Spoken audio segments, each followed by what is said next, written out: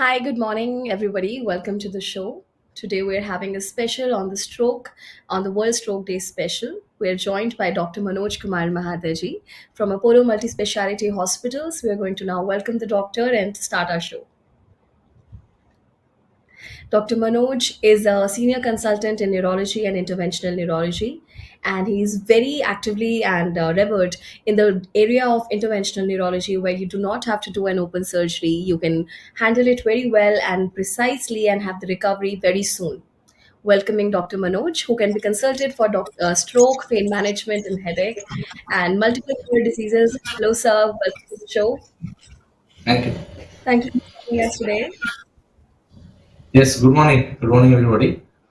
So Good morning. today we want to discuss regarding stroke and what are the reason, what is the treatment, and what how to avoid a stroke attack, and what we can do for rehab, and how to manage a healthy life for stroke. So we have few questionnaires. We'll follow that thing one by one so that we can elaborate each and everything of stroke in this short time span.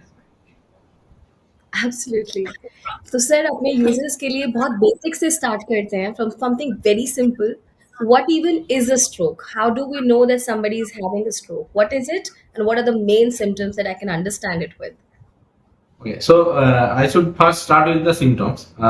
Symptoms regarding stroke, we follow B fast protocol. You can see behind me there is a screen which is showing B fast. So this B fast is a mnemonic we follow for identification of stroke. It's very simple for the common man also to identify the symptoms of stroke. So what are the symptoms? First is balance. B. B stands for balance.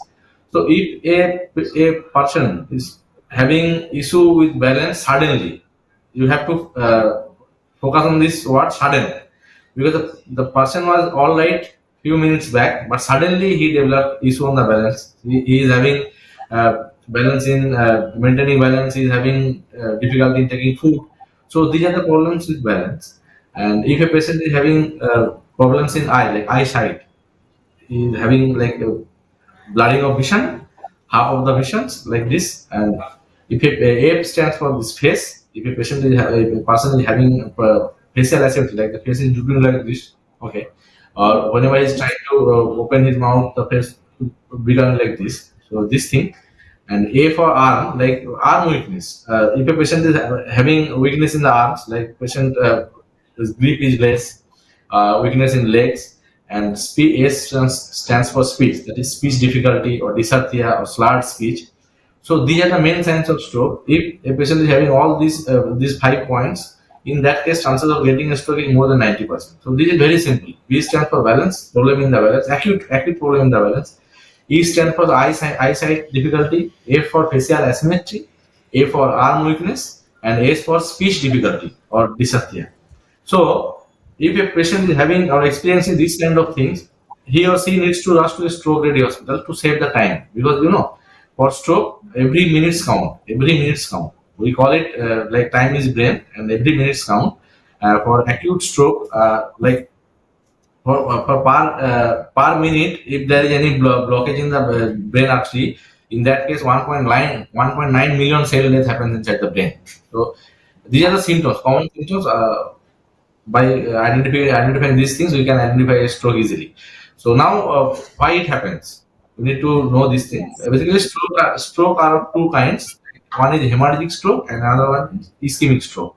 So whenever a part of brain is getting difficulty in having blood, that means oxygen and glucose. In particular, that part of the brain, it stops working, and this stoppage of sudden stoppage work leads to a particular symptoms. It may be balance difficulty, it may be eyesight problem, it may be facial weakness, or it may be arm weakness, or it may be speech difficulty.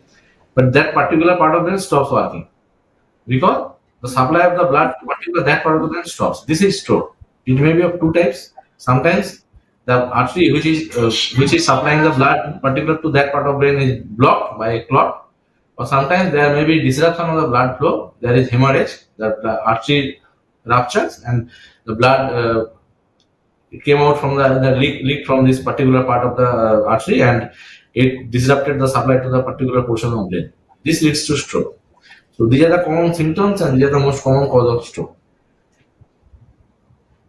So when you say that this is how, when the symptoms start to appear and why it happens, if we go down to even basic, is it happening because I'm genetically more at risk? Is it happening because I'm of a certain age? Is it happening because of the lifestyle? Is it happening because of my gender? What is the root cause of why it happens? How do I know, and how do I prevent it in the first place? So we need to know the risk factors. We need to know the risk factors for the stroke. So there are four important risk factors for stroke. One is hypertension, another one is diabetes, another one is smoking, and another one is drinking. So these are the four most common risk factors of stroke. These are most of them are modifiable, and few non-modifiable risk factors are there. Non-modifiable risk factor means which we cannot modify, like age. Elderly patient they have a chance of getting stroke, like some sort of collagen vascular disease. These are the non-modifiable risk factors. Some certain ethnicity they have a more propensity to getting stroke. So these are the family history of stroke. These are non-modifiable. I cannot modify these factors. Like I cannot modify my age. I cannot modify my family history. I cannot modify any genetically predisposed disease like collagen muscular disease or any sort of blood coagulation disorders. Okay.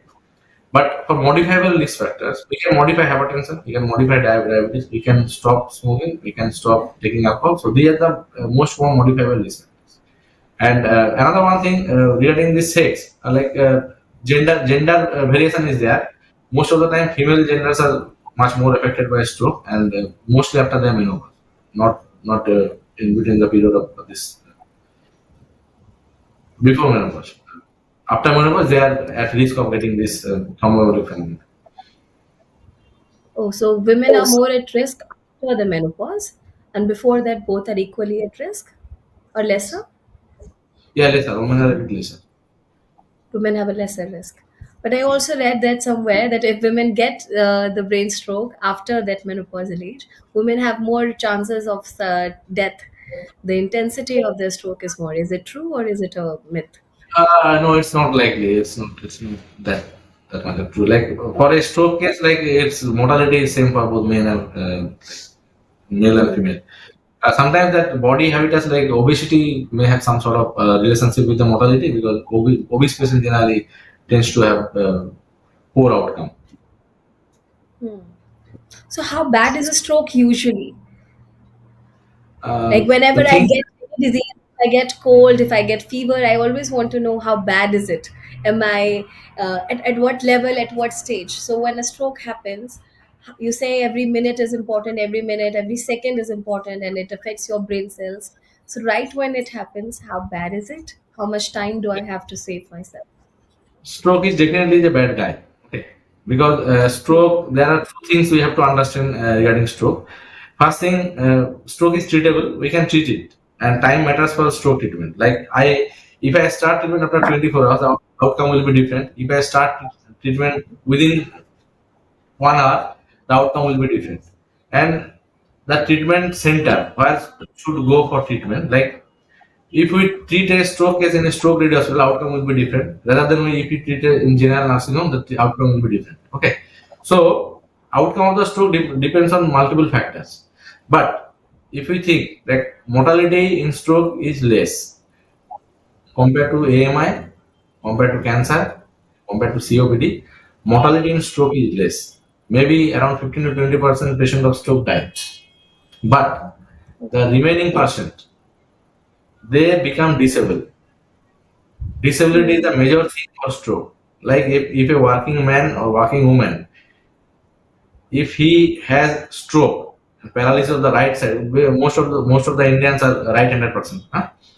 Like Hmm. most of the population is like right-handed. Okay, Yeah, yeah. so if they have this right-sided paralysis, it will hamper their work.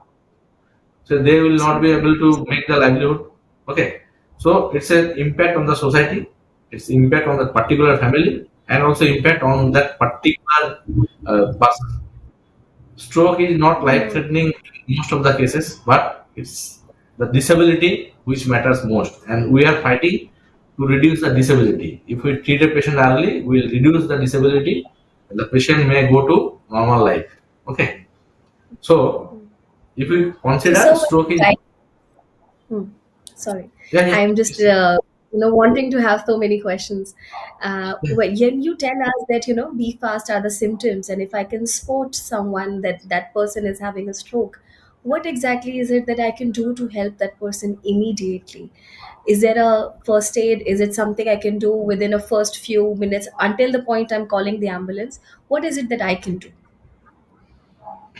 Look, we have nothing to do in our home for stroke patient. If you identify a patient is having stroke or symptoms of stroke, in that case, we need to rush to a stroke ready hospital. Stroke ready hospital means the hospital where every facility is available: CT scan machine, MRI machine, good emergency department, neuro intervention specialist, neurosurgeon, everybody should be there. We call this kind of hospital is a stroke ready hospital where 24 into 7 these kind of facilities are available.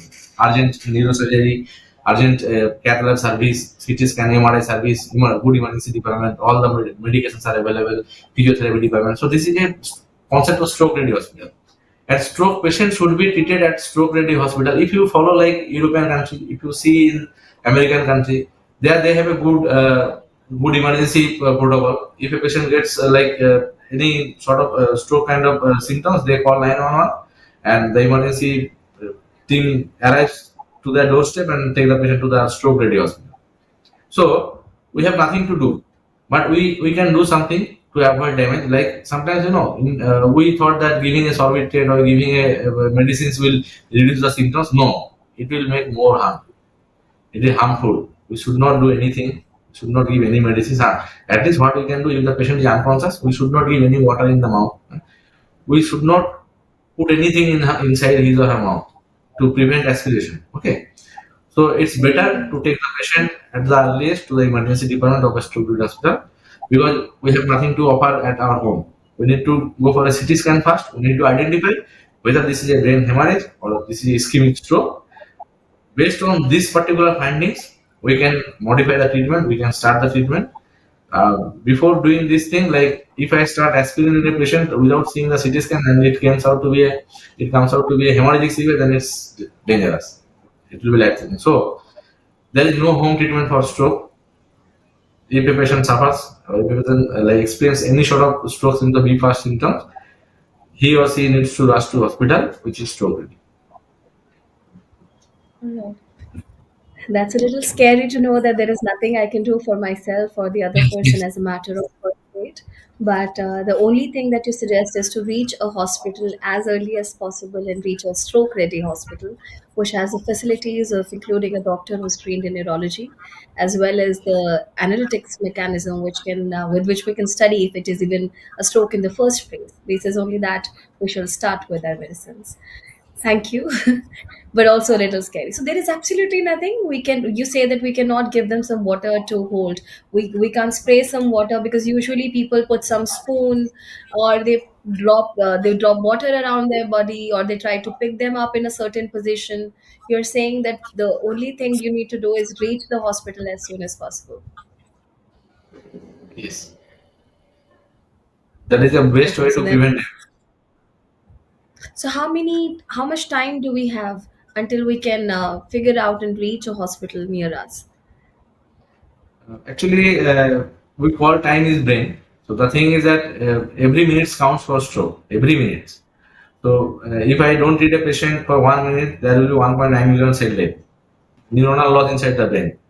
Like if I don't treat a patient for 3 hours, then the biological aging of the patient will be around 3.7 years. Like बुढ़ा हो जाता है patient, as बढ़ जाता है, ठीक है. So this is a common phenomena for stroke.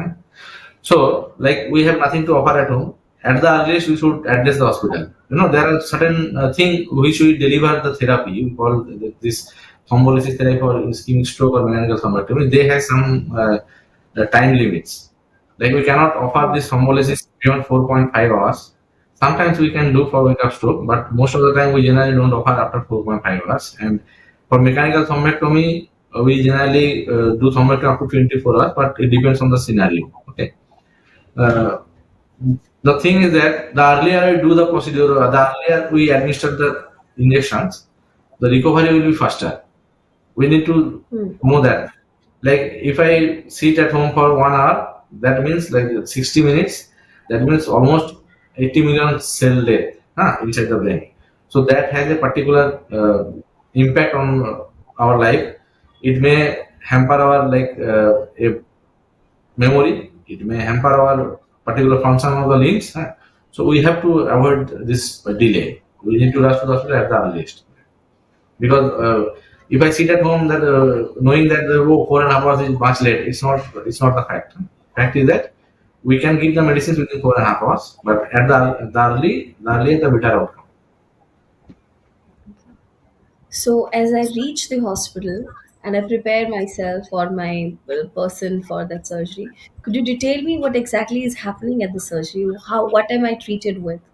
Could you detail the process? Okay, for most of the strokes are ischemic stroke. Around 85% of the strokes are ischemic stroke. That means there is a clot inside the brain which is disrupting the blood flow to particular part of the brain. Okay, so this clot we can dissolve this clot by giving medicines. We call it thrombolysis. We have two medicines. One is tenecteplase and one is alteplase. We can give two medicines. Giving these two medicines, we can dissolve the clot, and blood flow is re-established. Okay. Sometimes the clot is bigger, or it is like affecting the main artery of the brain. We call it internal carotid artery or middle cerebral artery. In that case, this drug may not affect. Efficacy of the drug is around 50%. Like if I give this thrombolysis drug to a person, like 50% of the case may improve. But rest of the patient may not improve. Okay. So what we do, we try to remove the clot from the brain by putting some catheter inside the brain. We puncture in the groin or we puncture in the radial artery. We put some big catheter inside this carotid artery, and from there we put our stent. We have a stent retriever. We have a stent, particularly designed stent, which can retrieve the clot. Or we have an aspiration catheter. That catheter may reach up to the clot and it can aspirate. It can aspirate this clot. These are the two particular technology we use for retrieving this clot so that we can re-establish the blood flow. So Hmm. we call it mechanical thrombectomy or aspiration thrombectomy. Okay. So if we do this thing for a particularly big clot, then chances of getting recovery is around 50 to 70%. Most of the time patient recovers very well, but in few cases we cannot save the patient, or like we cannot retrieve the clot because it may be a hard clot, or it may be an impacted clot, or it may be clot of long duration. In a few cases we cannot make it, but most of the time, around 98% of the cases we retrieve the clot. Hmm. Okay. So while you were mentioning that there are few medicines that are given after detecting, I have been reading a few articles about it. That a lot of times people give blood thinners at home or in the ambulance, thinking that it will help. Is it something fine? Is it something you suggest, or is it something that should absolutely not be done?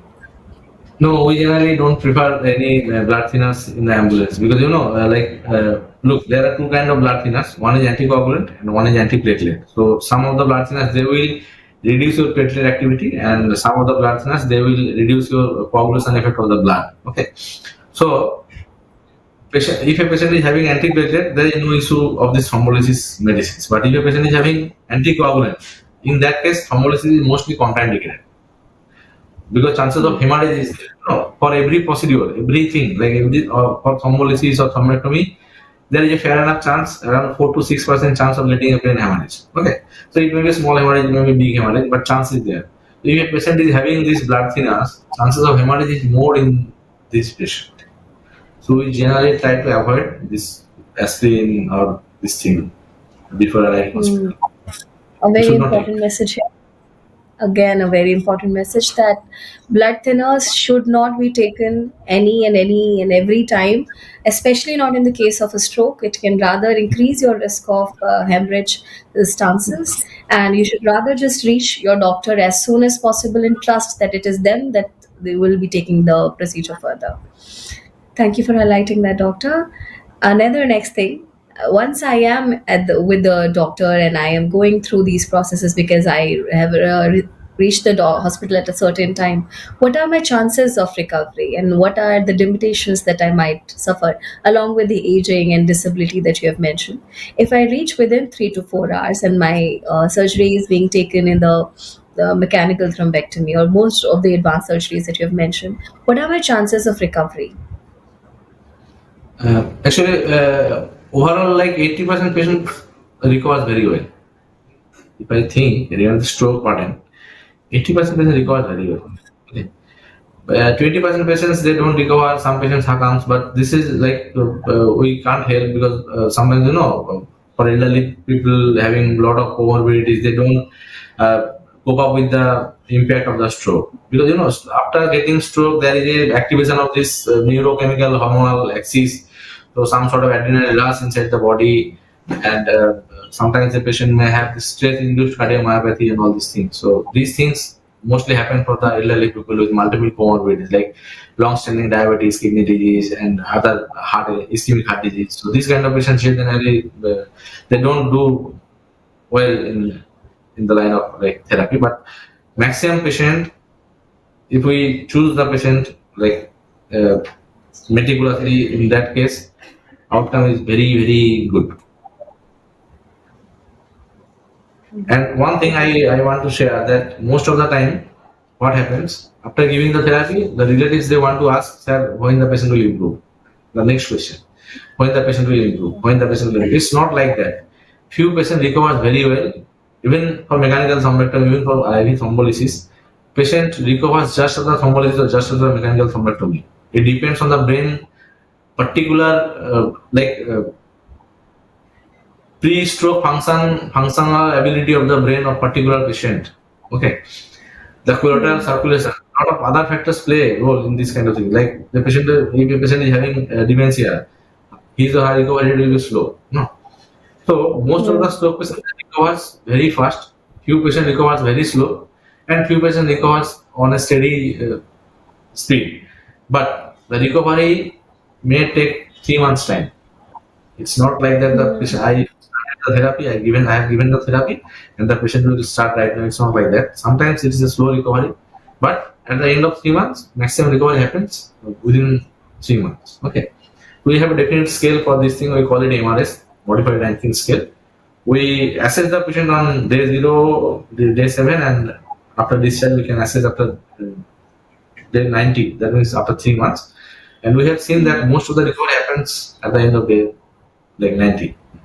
So all our parameters, we follow these things. We counsel the business related that don't expect speedy recovery because sometimes it may take longer time for recovery.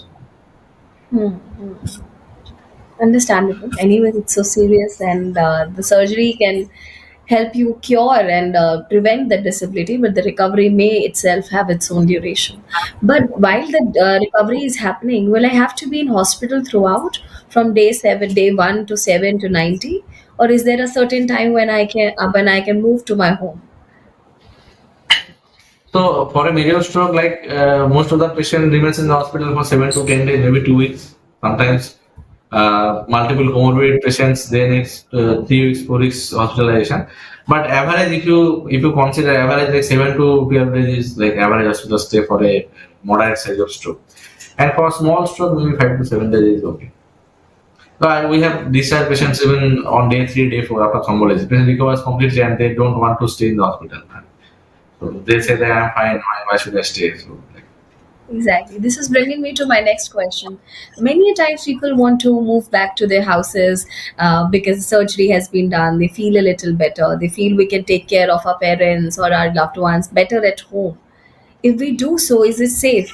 And what kind of environment or setup I should create at my home to take care of my, say for example, there's someone in my family who has had it and I am done with the surgery. After 2 weeks, when I go back home, what kind of setup should I have?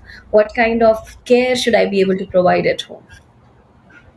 it depends on the functional ability of the patient during discharge.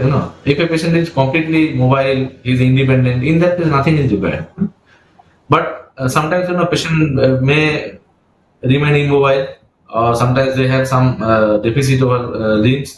Sometimes that speech difficulty or swallowing difficulty may be there, or sometimes patient becomes this urinary catheter dependent. Okay, so for this kind of case, we generally ask for a trained nurse, 24 hours or few days, at least 2 weeks. After that, most of the patient recovers very well.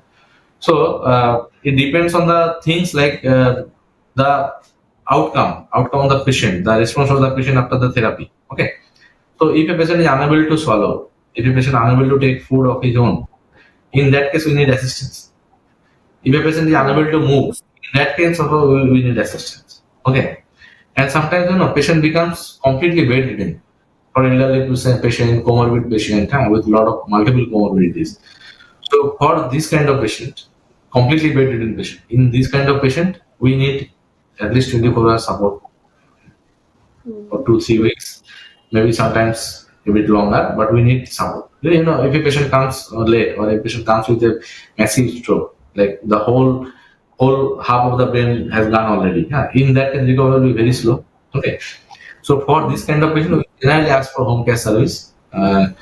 After stabilization, we ask for home care service with trained nurse and with hospital bed and oxygen and this suction machines and few things which may likely require during emergency. Otherwise, we settle the patient to a bit. After that, we discharge only. Like, we don't send any unstable patient to home. Hmm. Hmm. Then how soon are the follow-up sessions? How frequently are the follow-up sessions? So we generally initial follow up is for after 1 week. After that, we decide based on the condition of the patient. It may be monthly. For 1 year at least monthly follow up is required. After that, you can move. You are free. But regular follow up is required. Regarding this, if a patient is having diabetes, hypertension, so they or any heart disease like heart relation or anything, so they need regular follow up. So, sir, two questions here. One, you mentioned it's somewhere in between that if it is a mini stroke, if it's a mediocre stroke, if it's high intensity. So, how do we even differentiate between that? And while I am having all of that, if I have a mini stroke right now, I have a higher chance of having stroke in the future, right? And if I am treated for the stroke, can it reoccur again? What are the chances? Okay. So mini stroke, like we have a stroke scale. We call NIH's stroke scale. So this stroke scale has 0 to 42 points total. So we assess the patient when patient arrives emergency. We assess the patient. We make a score sheet. Right? Below 5, it's we call it mini stroke. Like 1 or 2 NIHs, 1 or 2 is very low, so it's a mini stroke. And above 20, it's a severe stroke. So in between 5 and 20, or maybe 5 or 5 to 15, these are moderate intensity stroke. Okay. So the thing is that for mini stroke also we do thrombolyze, we give therapy if the patient is having disabling symptoms. The thing is that for mini stroke, sometimes we need to modify the risk factor. If we don't modify the risk factor, so there are chances of getting a stroke again. Most of the patient suffers a big stroke or mini stroke. We call it sometimes patient may face difficulty in speech, may face weakness, and it automatically corrects. You have heard of this kind of things. Stroke symptoms, patient suffers from stroke symptoms, but it automatically correct. We call it minor stroke or transient ischemic attack. So this may happen, but these are the like warning sign. So if you don't treat or if you don't intervene, in that case, this kind of patient may land into big stroke within 3 months, most of the time. Hmm. So we should not ignore the symptoms of stroke. We should not ignore any stroke, labeling it as a mini, major, moderate like this. We should treat each and every stroke with same intensity and with same guideline, which is required for this particular case. Hmm. All right. So, when I come to the hospital, like sometimes we say that if it's at one in the scale of 1 to 5, if it's at one, am I still aware that I'm getting a stroke? Are the symptoms very evident? Or can Yeah, it be like so that I miss? no. Like look, we have these symptoms. One, you have mild facial asymmetry, like your face has mild asymmetry or your speech is slurred. So in that case, we can mark it as a one. So Hmm. NH is one. So, but this is a And I stroke. still remain like that? Yes. I can't hear. It's Until 11:30. until treated, that symptom will remain like that, or will I be No, back to normal after a few minutes? it may improve. It may improve within 30 minutes, it may improve within 1 hour. So we call them TIA, transient ischemic attack. These are all minor strokes.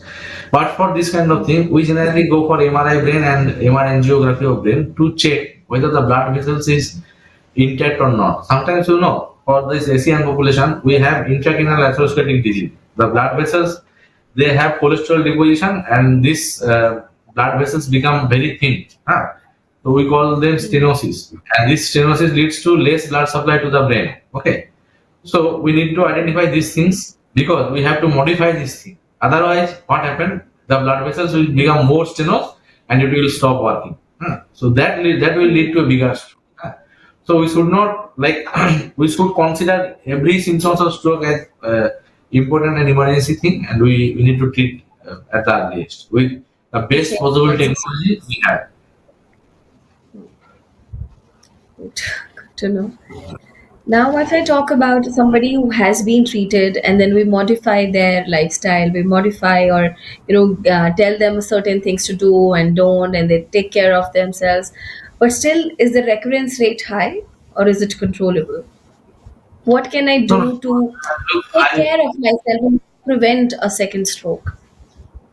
okay, like there are definitely chances of getting second stroke is there. Okay, maybe within 3 months, maybe within one year, maybe within 10 years. We can't tell the exact time window of having a second stroke. We don't have any parameters of like judging this thing. But we try to modify regarding the risk factors and in good faith that the stroke will never happen again. And most of the time, it doesn't happen. Most of the time. In few cases like uncontrolled diabetes, the patient is not taking medicine. Sometimes patient they are a bit reluctant after taking medicine for 6 months or 7 months. They say they think that I am fine, I should not take medicines, and then they have this second stroke or third Mm, stroke. Most of the patients they don't have. Generally, they don't have second stroke. But if you consider the probability, maybe 7 to 10% or 15% cases may get second stroke. So, few things that I could collect from the session was A, there are these symptoms of imbalance in your body. You may lose the balance. Your eyesight may have a blurred vision. Your face may have a slur in your speech. You may not be able to understand or speak properly.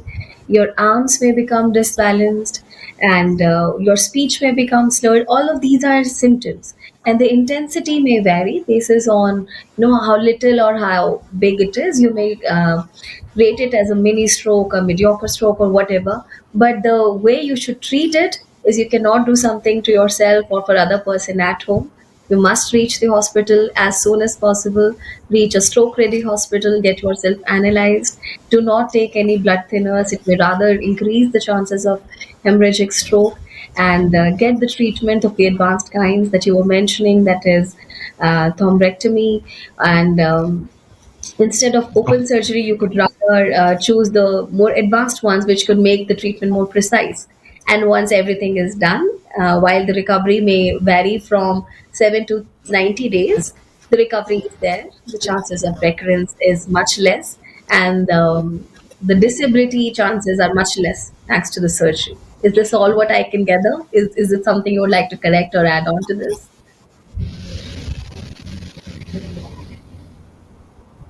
Yes, like okay, but one thing I need to tell you that that point that blood thinner should not be taken. Blood thinner should not be taken during that particular period. Like if the patient is Hmm. having a stroke, we should not take it blindly.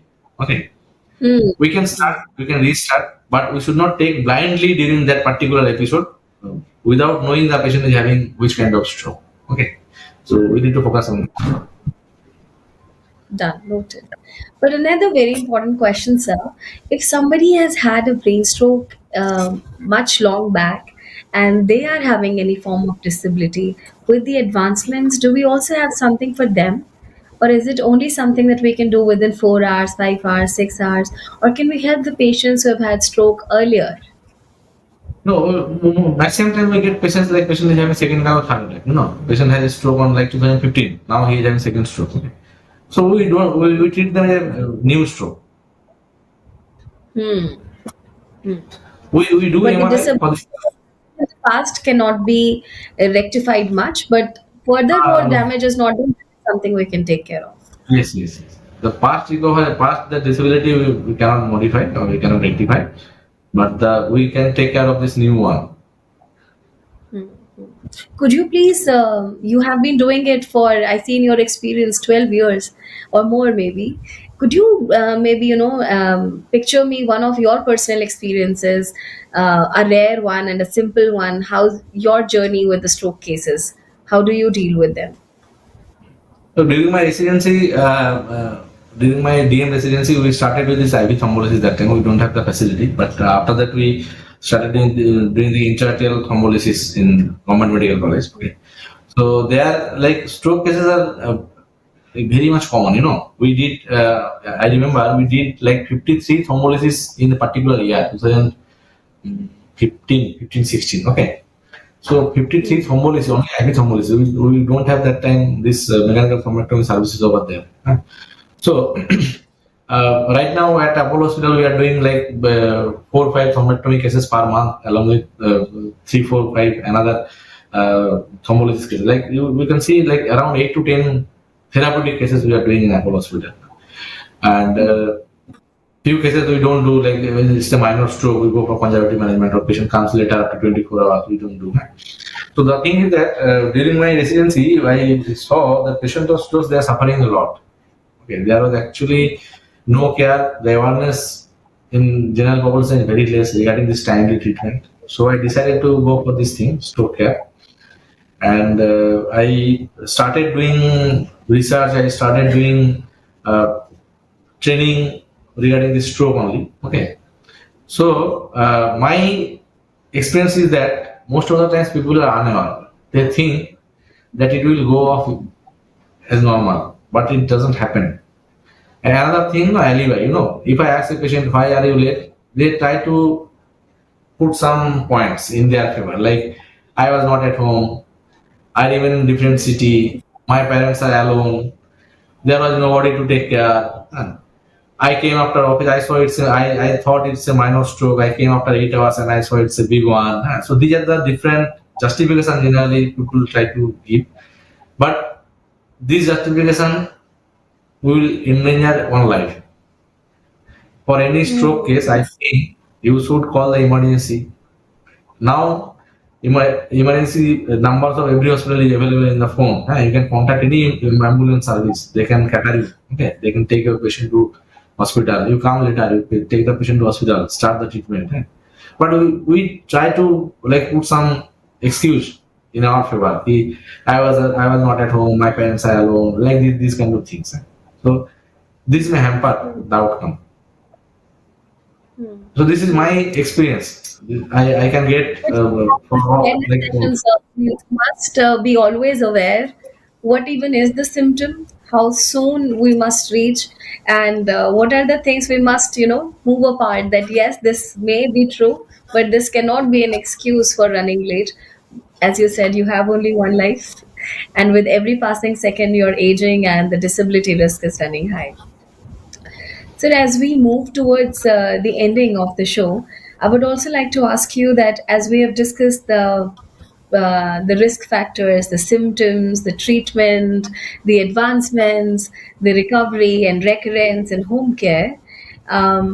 Is there any particular kind of prevention I should take as a diabetic patient, as a heart patient? Because this is where you said the run risk the highest, or at a certain age or at a certain obesity. I will, of course, try not to smoke, but people still smoke. We say that we shouldn't be taking alcohol, but people have this idea that 2 glasses every day are okay. Little is fine, the moderation is fine. Anything you would like to add on to the people who especially have diabetes and heart health? What about their lifestyle, food, and home care so that they can prevent it altogether? so the simple thing to prevent stroke is like daily morning walk or jogging. If you do like 30 to 45 minutes walks per day, so it will helps in good circulation inside your body. So it will help in reducing the risk factor. It will reduce your obesity. It will leads to good blood sugar control, good blood pressure control, and it will overall it will reduce your stress also. Okay, it's a good habit actually. Mm. So it will Mm. give you a healthy feeling inside. Also, the main risk factor, it will modify the main risk factors. Regarding this Mm. cutting of alcohol and smoking, it's like it depends on person to person. But most of the patients, after suffering a stroke, they generally quit. Before suffering a stroke, they don't quit. Okay? After stroke, they generally quit. Yeah. And regarding this diabetes, you need a good control. Good blood sugar control is required to reduce stroke risk. And hypertension also blood. We have a certain blood BP limits to maintain to prevent stroke. Okay. And food habit is also very much important. Obesity and food habit. No, obesity, central obesity is dangerous because most of the central obesity patients they are having this sleep apnea, and sleep apnea leads to a vicious cycles of hypertension and increased blood sugar levels, and it will reduce the healthy lifespan. It will produce more damage to your brain, and it will more damage to your heart. And the food habits, like we are right now, we are like fond of fast food, junk food, and these junk foods are full of fatty acids, free fatty acids. We need to avoid Yes. these things. But these free fatty acids, they are damaging our vessel. These are damaging our arteries. We need to avoid these things. Mm. We need Mm. more vegetables. We need to take more fruits, fresh fruits. So, and we need to reduce the oil. That's all. All right. Let me search through few of the questions that our audience has sent us. Like coffee ছিল হ্যাঁ, ওই ইয়ে করেছে, চিনি দেওয়া আছে।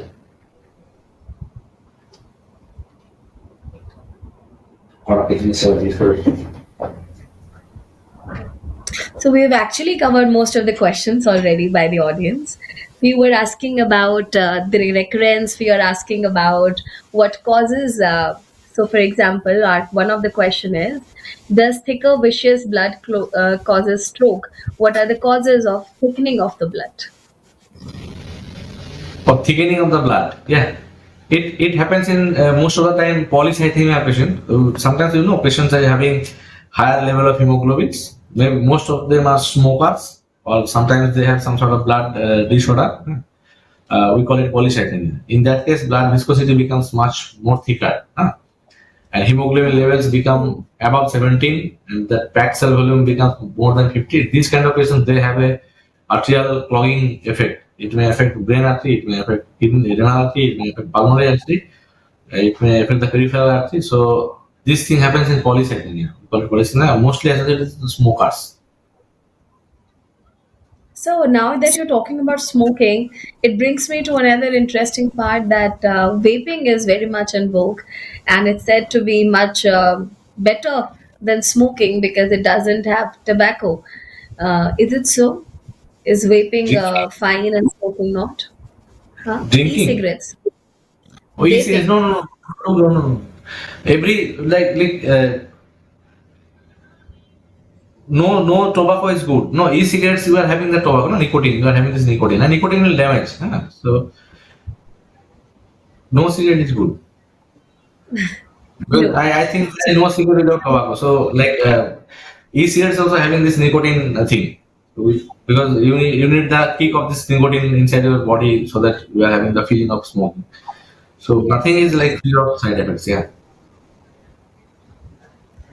So good time to understand that not only smoking but vaping equally increases your chance of putting you at all these risks.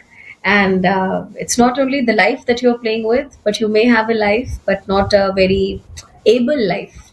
Yeah. So another question there was of can you give a difference between stroke and hemorrhage? Is hemorrhage another kind of stroke the way you Yeah. differentiate I it? I explained Yeah. during the initial part of this talk. So strokes are of two types. One is ischemic and another one is hemorrhage. So what is hemorrhage and what is ischemia? Hemorrhage is like the blood vessels is supplying blood inside the brain. So if a particular vessel ruptures or if a particular vessel leaks, the blood comes out inside the brain matter. So we call it hemorrhage. And what is ischemia? Ischemia is the blood flow to particular part is blocked by a clot. So the artery is blocked. So like our water pipe blocked and we don't get water. So this is ischemia, and the water is leaking from that particular part. So that is hemorrhage. Very If you visual. think yeah, if you think about this water pipe thing, like if you leak in your water pipe, you can see soakage of water inside your walls. Huh? So this is hemorrhage. And if you have a block in the pipe, so you will not get water. So that is Yeah. ischemia. Hmm. Understood. And there's also this case now where blood pressure, sudden blood pressure increases, and that also increases your chances of moving towards a stroke. That's Yes, yes. true. People keep saying, calm down, calm down. You're going to do all that. You're all the Uh, stuff that you're doing is you're doing it to your brain. Is it so?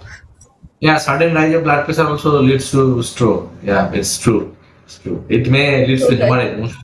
Most of the in the hemorrhage. visual that you painted, is it so that now the water in that pipe will start flowing with much more pressure, and then the chances are that the pipe No, no, no. will It's burst? not like that. Like anxiety or any when the patient becomes angry, in that case, some sort of autonomic activation inside the body occurs, and blood pressure rise leads to rupture of the blood vessels. Like your pipe burst, so there will be hemorrhage. All right. So now that you have very well explained me the types, the prevention, the treatment, options, recurrence, I would like to move us to the top tip section where you can perhaps run down the most important part of the show and the top tips that you would like to give to our audience. That there is this one thing that you must remember from this show. Hmm? All right. So my Just a second, sir. Yeah, start.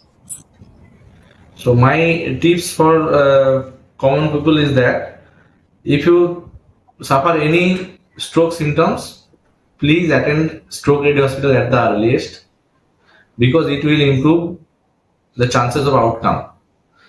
Secondly, if you have any comorbidities or risk factor like hypertension, diabetes, obesity, habit of smoking and drinking, you should control everything for a better life. Third, you have to go for morning walk or jogging at least 30 to 45 minutes, at least 5 days in a week, and try to eat healthy food. Avoid junk food, avoid fast food. It will reduce your chance of getting stroke. All right. Thank you so much, sir. Thank you for your top tips. I'm also taking a lot from this session. I'll be more aware of my lifestyle choices. And while I'm a little lucky right now before menopause, I'll be more careful as I move forward with my life.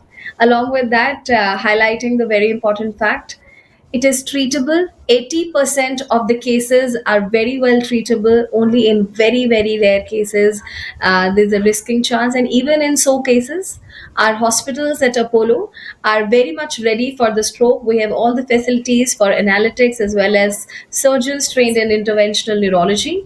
If you reach us in time, there's a very, very high chance that we can help you exactly as and how you need. All right, sir. We'll move towards the end of the show. Thank you so much for joining us today, on this Tuesday morning for the stroke awareness session. Thank you for your time. Moving towards the quiz and the coupons. Hi, audience. As usual, we have some exciting coupons and quiz session for you. You can participate with us and win our health credits. Every health credit equals to 1 rupee.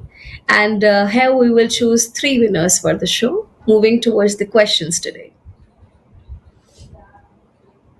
Sudden trouble speaking, weakness on one side of the body, and a drooping face are common signs of a what? S space R space K space. Please type in your answers in the chat box and we'll be announcing the winners soon. The second question is brain stroke and heart stroke are the same. True or false? Third, you can only have a stroke if you're above 60. Myth or fact?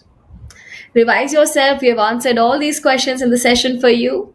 If you answer these and correctly so, you'll be winning health credits from Apollo 24/7, which you can use to buy medicines, consult doctors, or even order the lab tests for yourself or your family. I'm waiting for your answers.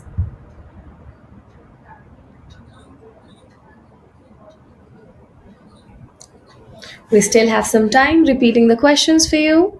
Sudden trouble speaking, weakness on one side of the body, and a drooping face are common signs of a dash. Please type in your answers. Second, brain stroke and heart stroke are the same.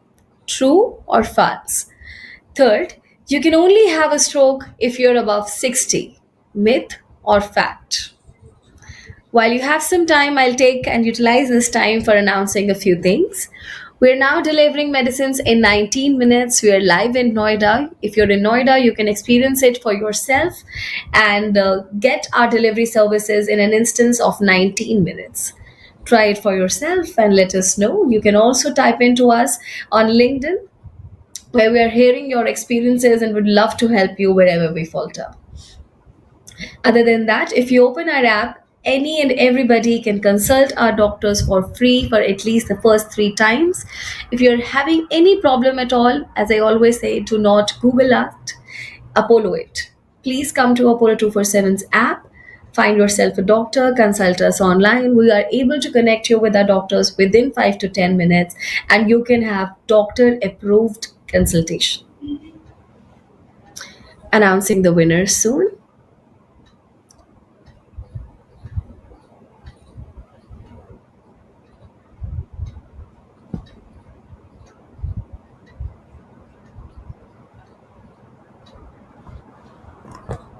We have two winners today.